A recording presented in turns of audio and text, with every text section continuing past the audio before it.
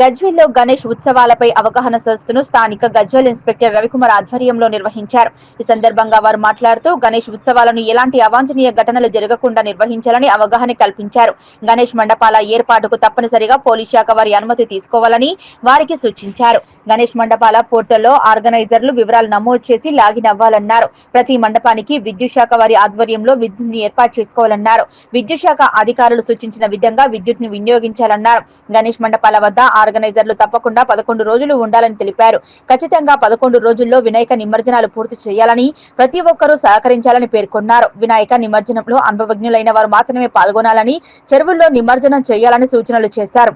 వినాయక మండపాలకు మద్యం సేవించి వెళ్లకూడదని ప్రజలకు సూచించారు. గ్రామాల్లో ఎలాంటి ఇబ్బందులు తలెత్తినా వెంటనే సమాచారం అందించాలన్నారు. ఈ కార్యక్రమంలో additional CI Mutyamraju, electrical AE Maruthi, SI Raghupathi Goud, Mallareddy, ASI Yadagiri, Pandari, constable మరియు మండలంలోని వివిధ గ్రామాల గణపతి మండపాల నిర్వాహకులు, నాయకులు, యువకులు పాల్గొన్నారు. నమస్కారం.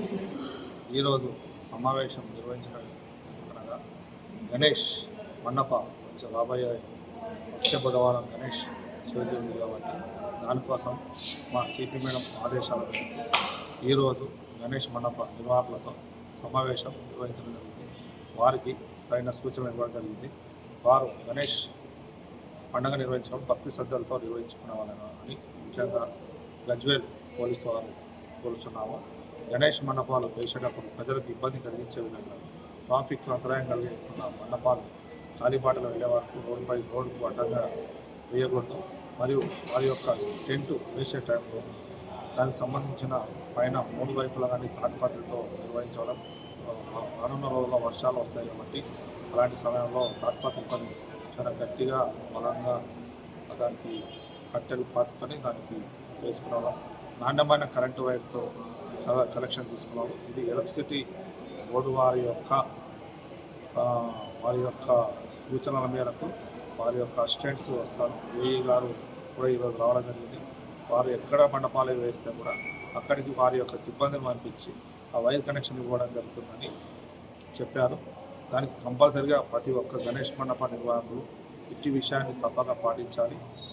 గణేష్ మండపం యొక్క స్టేజ్ కింద అన్ని ఇష్టమైన రీతిలో సంబంధించిన కాగితాలు కానీ దానికి సంబంధించిన మెటీరియల్ అంతా డంపు చేయకూడదు. గణేష్ మండపం యొక్క టపాకులు కానీ మందుగుండు సామాగ్రి కానీ ఎట్టి పరిస్థితుల్లో పెట్టకూడదు. భక్తులకు సౌకర్యవంతంగా క్యూ లైన్ మెయింటైన్ చేయాలి. వచ్చే భక్తులకు మంచి ప్రవర్తన కలిగిన వాలంటీర్లను ఉండాలి. మిస్బిహేవ్ చేసే విధంగా భక్తులకు ఇబ్బంది కలిగించవద్దు. మండపం యొక్క వాలంటీర్లు కంపల్సరిగా రాత్రి వేళలో కంపల్సరిగా ముగ్గురు లేదా 4 కంపల్సరీగా ఉండాలి. వారి యొక్క పెట్టే దీపం కానీ లడ్డు కానీ తగిన కరెక్ట్ దీపం దానికి సంబంధించిన సరైన భద్రతతోని అంటే దానికి సంబంధించి కవర్ చేసే విధంగా ఉండవాలను.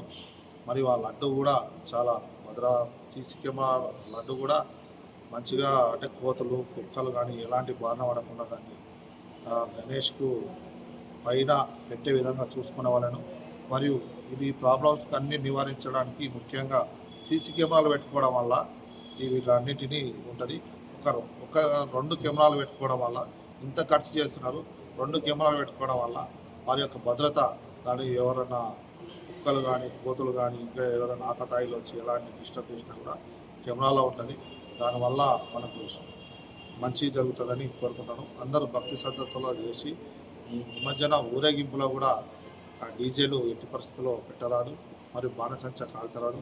ప్రజలకు ఇబ్బంది కలిగించే విధంగా రంగులు కానీ కుంకుమ కానీ గులాలు కానీ రోడ్లపై వెళ్ళేవారి పైన చల్లకూడదు. నిమజ్జనం చేసేటప్పుడు అక్కడ మున్సిపల్ సిబ్బంది సూచించే విధంగానే ఆ క్రేన్ సాయంతోనే వేయవలను.